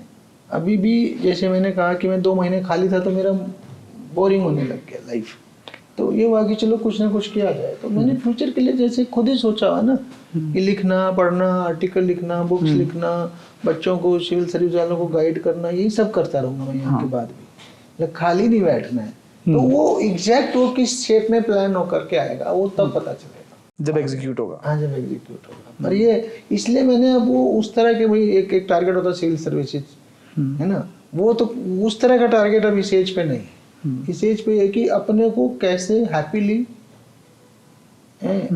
एंड यूजफुली, जो समाज के लिए यूजफुल हो, ऑक्यूपाइड रखना है। खाली बैठना बस हमारे बस की बात नहीं, मतलब ये तो यही टारगेट है, लॉन्ग टर्म भी, शॉर्ट टर्म भी, मीडियम टर्म भी। काम करना है, काम करना, हैप्पीली एंगेज रखना, एंड जो थोड़ा बहुत समाज के लिए भी कुछ ना कुछ यूजफुल हो सके। I love talking to you. और एक जब हमने ब्रेक लिया तो हमने एक कंटेंट रिकॉर्ड किया था, and I said in this content, मतलब उस कंटेंट में मैंने बोला कि मतलब मैं आपसे एक चीज़ सीख के जा रहा हूँ कि आपका टाइम के लिए आपको वैल्यू बहुत है, या टाइम का पंक्चुअलिटी बहुत है। आई फील कि वो बहुत सालों के एक्सपीरियंस से आया है आपको, बट मैं चाहता भी हूँ कि यूथ को आप टाइम मैनेजमेंट की या टाइम की वैल्यू समझा दो। टाइम मैनेजमेंट की बताऊँ? प्लीज़। मैं आपको 2 चीज़ों की बताता हूँ, एक टाइम मैनेजमेंट की, एक पॉजिटिव एटीट्यूड की। प्लीज़। ठीक है। टाइम मैनेजमेंट का एक मैट्रिक्स बना हुआ 4 का। ठीक है। Important and urgent. तो एक कॉर्नर बन गया इम्पोर्टेंट एंड अर्जेंट। ठीक है, ये तो करना ही करना है। राइट। मेरे लिए इम्पोर्टेंट है कि मैं सिविल सर्विस की तैयारी करनी है, तो मेरा सारा टाइम उसकी तैयारी में लगे, ये इम्पोर्टेंट है ना। फिर अर्जेंट भी चीज़ें हैं, वॉशरूम है, ये है, डेली रूटीन की चीज़ें हैं, कहीं फायर फाइटिंग होगी, फायर आ गई तो उसे भी बुझाना है, रिश्तेदारी में डेथ होगी, करने जाना पड़ेगा। Right. That is urgent. Right. तो इम्पोर्टेंट एंड अर्जेंट, ठीक है। एक है अर्जेंट बट नॉट इम्पोर्टेंट, उस पर भी मुझे टाइम देना ही पड़ेगा। अर्जेंट है, क्या करूँ। राइट। अब रह गया important but not urgent. Important but not urgent, वहाँ मेरा जाना चाहिए टाइम, ठीक। राइट। अब एक 4th कॉर्नर रह गया, which is neither important nor urgent. Okay. तो टाइम मैनेजमेंट का सारे प्रिंसिपल यहाँ पे लागू है कि भाई जो न तो आपके काम के लिए टारगेट के लिए इम्पोर्टेंट है, न आपकी लाइफ के लिए इम्पोर्टेंट है, न वो अर्जेंट है किसी और वजह से, फिर वहाँ क्यों टाइम वेस्ट कर रहे हो? राइट। तो वो जो कॉर्नर है आपका, उसको आइडेंटिफाई करना है और उसको लाइफ से गायब कर दो। चाहे उसमें सोशल मीडिया हो, फेसबुकिंग हो, रील्स हो, दोस्तों के साथ चिट चैट हो, ठीक है। तो जो आपके टारगेट में मतलब इन दोनों चीज़ों को नहीं पूरा कर रहा है ना, उसको बाहर कर दो, तो आपका बेस्ट टाइम मैनेज होगा। दूसरा है कि प्रायोरिटाइज करो। आप दिन में अपने एक डेली एक लिस्ट बनाए कि आज मैंने 4-5 ये 5 काम करने ही करने, 1 2 3 4 5, मान लिया आपने 20 बनाए, बट 1 2 3 प्रायोरिटी वाइज, तो एटलीस्ट टॉप के आपके जो मोस्ट इंपॉर्टेंट है वो पूरे हो। 80% रिजल्ट 20% चीज़ों से आते हैं। 80-20 रूल। तो बस ये 2 ही रूल बहुत है इसके लिए, टाइम मैनेजमेंट के लिए, कि मैं जो सबसे इम्पोर्टेंट है उसे लास्ट में छोड़े रहता हूँ, फिर करूँगा, इसकी तैयारी फिर करूँगा, मैथमेटिक्स बाद में उठाऊंगा, वो टलता जाता, प्रोक्रेस्टिनेट करता जाता, क्योंकि मेरे लिए वो सबसे इम्पोर्टेंट था। तो उसकी प्रायोरिटी फर्स्ट होनी चाहिए ना, तो पहले वो काम पूरा करके उठना है। राइट। एक जो मैं पॉजिटिव एटीट्यूड वाला बता रहा था ना जी, उसका मैट्रिक्स है I am okay, you are also okay. Okay, ठीक है, इसकी किताब है I am okay you are okay. Okay. उस पूरी किताब से के जो पॉजिटिविटी के लिए सीखने के लिए है, तो उसका फर्स्ट मैट्रिक्स है I am okay you are also okay. तो दिस इज पॉजिटिविटी। भाई मैं ठीक ठाक बंदा हूँ, सामने वाला भी ठीक ठाक बंदा है, तो लाइफ पॉजिटिव चलेगा। मतलब आपको अपने आप को बोलना है कि मैं ठीक हूँ, हाँ, और सामने वाला भी ठीक है, सामने वाला भी ठीक है, तो सारा कुछ ठीक चलेगा आपकी उससे रिलेशनशिप। जिस मोमेंट आप इसके सेकंड उसमें आगे क्वार्टर में, ठीक है, I am okay but you are not okay, उस टाइम क्या होगा? Negative thought. यार क्या कर रहे हो, बेकार की बात है, कहाँ से ले आए, क्यों कर दिया ऐसे, एक हो गया ना, क्योंकि आपको दूसरा बंदा ठीक ही नहीं लग रहा, राइट, उसकी हर बात आपको खराब लग रही है। अगर आप बॉस हो तो उसकी किताब फाइल फेंक देते हो, क्या लिख रहा है तुम्हें, कुछ आता ही नहीं है, उससे क्या होगा? बंदा दिन भर डिस्टर्ब रहेगा, टेंशन में रहेगा, हैं? तो पूरी एनवायरनमेंट खराब होगा ना। राइट। आपने उसे तो डंप कर दिया, रिजेक्ट कर दिया, only you are okay, you think that only I am okay you are not okay, है ना। तो ये जो क्वार्टर है ये नेगेटिविटी है। तो ऐसा नहीं बनना है मेरी लाइफ में। जो ही आप ऐसा बनोगे तो प्रोडक्टिविटी ऑफ द ऑर्गेनाइजेशन या सब कुछ खत्म होता चला जाता। आप पॉजिटिव सोचो कि मैं भी अच्छा आदमी हूँ, सामने वाला भी अच्छा है, तो रिजल्ट बेहतर निकलेगा, रिजल्ट बेस्ट रिजल्ट है। जो थर्ड और फोर्थ है वो और नेगेटिव है। Third is I am not okay you are okay. ऐसे लोग डिप्रेशन वाले होते हैं, तो उनको डिप्रेशन से बाहर आने का सिंपल फार्मूला है। मैं मैथमेटिक्स में इतना शार्प था, मैं सिर्फ उसके दम पे IIT आ गया, कुछ नहीं किया मैंने, हमेशा 100% मार्क्स आ जाते थे, गांव में रहते हुए, ठीक है ना। तो जो बेचारे, मैं तो बिना पढ़े लाता था 100, और जो 8 घंटे रखने लगा रहा फिर भी उसके 70 आ रहे हैं। तो सोचे यार मैं तो ठीक ही नहीं हूँ। दूसरा बंदा सोचने लगे ये देखो कुछ पढ़ता नहीं, 100 ले आता है, तो वो उसमें डिप्रेशन आ जाएगा, ठीक है ना, कि I am not okay, something is wrong with me, you are okay, आप ठीक हो, सामने वाला ठीक है, मैं ठीक नहीं हूँ, मेरे में कुछ कमी है, राइट। तो ये डिप्रेशन है। इसको कैसे रोकना है? इसको ऐसे रोकना है कि हर आदमी हर चीज में अच्छा नहीं होता, ठीक है ना। मैं मैथमेटिक्स में अच्छा हूँ, नंबर्स मुझे याद रहते, मुझे रास्ते बिल्कुल याद नहीं रहते। मेरी लाइफ से यही लड़ाई रहती, अगर तुम हमेशा उल्टा चलोगे कि मुझे एक्चुअली याद नहीं रहते, क्योंकि मैंने कभी बोदर नहीं किया होगा। मैं I am very poor at drawings, जो ये होती है ड्राइंग होती है ना, पेंटिंग एंड ड्राइंग, बहुत ही पुअर। IIT में एक सब्जेक्ट होता है इंजीनियरिंग ड्राइंग, मुश्किल से पास हुआ। That was the only subject जहाँ मेरे को रियल में पास होने के लिए मेहनत करनी पड़ी। तो इसका मतलब हर आदमी का हर टैलेंट नहीं होता, और ये एक्सेप्ट करना बहुत मुश्किल है। एक्सेप्ट करना है बस आपको कि यार ये नहीं तो कुछ और सही। क्रिकेट में मैं सचिन तेंदुलकर नहीं बन सकता, तो क्या अब तो मैं अच्छा फुटबॉलर बन जाऊँ, क्या अब तो मैं अच्छा बॉक्सर बन जाऊँ। पर ट्राई करो, जहाँ तुम्हारा टैलेंट है वहाँ तो अच्छा करोगे ना।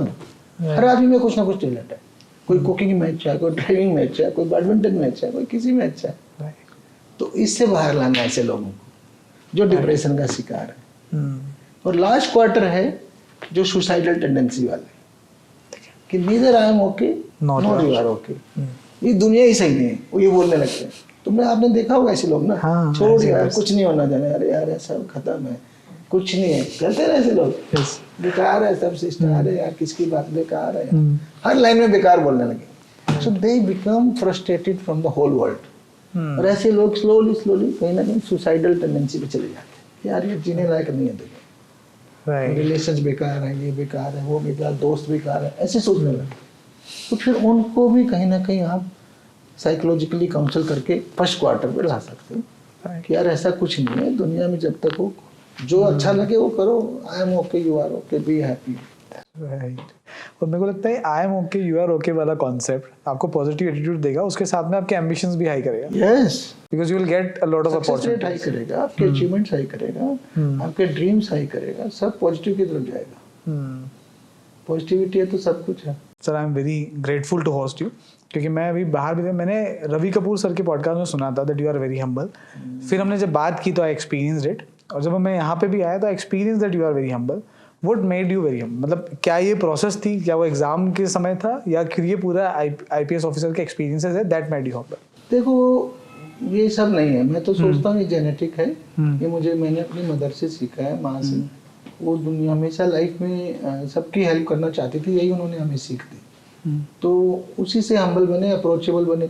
जबकि मेरे को बहुत लोग कहते हैं अब डीजीपी भी होके भी सबसे मिलता हूँ, इंस्पेक्टर नहीं मिलता हमसे। तो हम कहते थे यार मैं जितनों से मिलूंगा उनकी हेल्प करूंगा, तो मुझे और ज्यादा मौका मिलेगा लोगों की हेल्प करने का।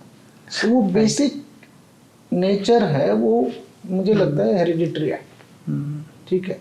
वो मुझे हम्बल बनाने में और किसी सर्विस का या किसी एपिसोड का रोल नहीं है। मैं तो सोचता हूँ पूरी तरह मेरी माँ का रोल है, वो इसी नेचर की। फादर नहीं थे सेम नेचर के, ओके।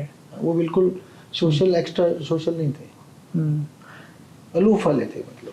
तो वो एक हेरिडिटरी आता है ना आप में, किसी का कोई गुण आता है, किसी का कोई गुण आता है। और हम इसी के बारे में बात कर रहे थे अभी ऑफ द कैमरा, जब हमने जब ब्रेक लिया तो मैं और मेरे दोस्त हम बात कर रहे थे कि हम्बलनेस इज समथिंग जो आपके अंदर का ही गुण है, इनहेरेंट क्वालिटी है, आप उसको फेक नहीं कर सकते। सीखने सिखाने से नहीं ज्यादा है, हाँ 5-10% फर्क पड़ेगा। पर आप फेक करोगे तो कभी ना कहीं तो दिख जाएगा ना कि आप फेक कर रहे हो। फेक कर ही नहीं सकते। Alright sir, thank you so much, मजा आया आपसे बात करके।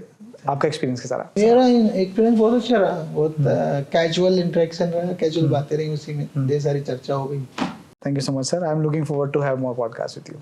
Thank you so much. Thank you. Thank you.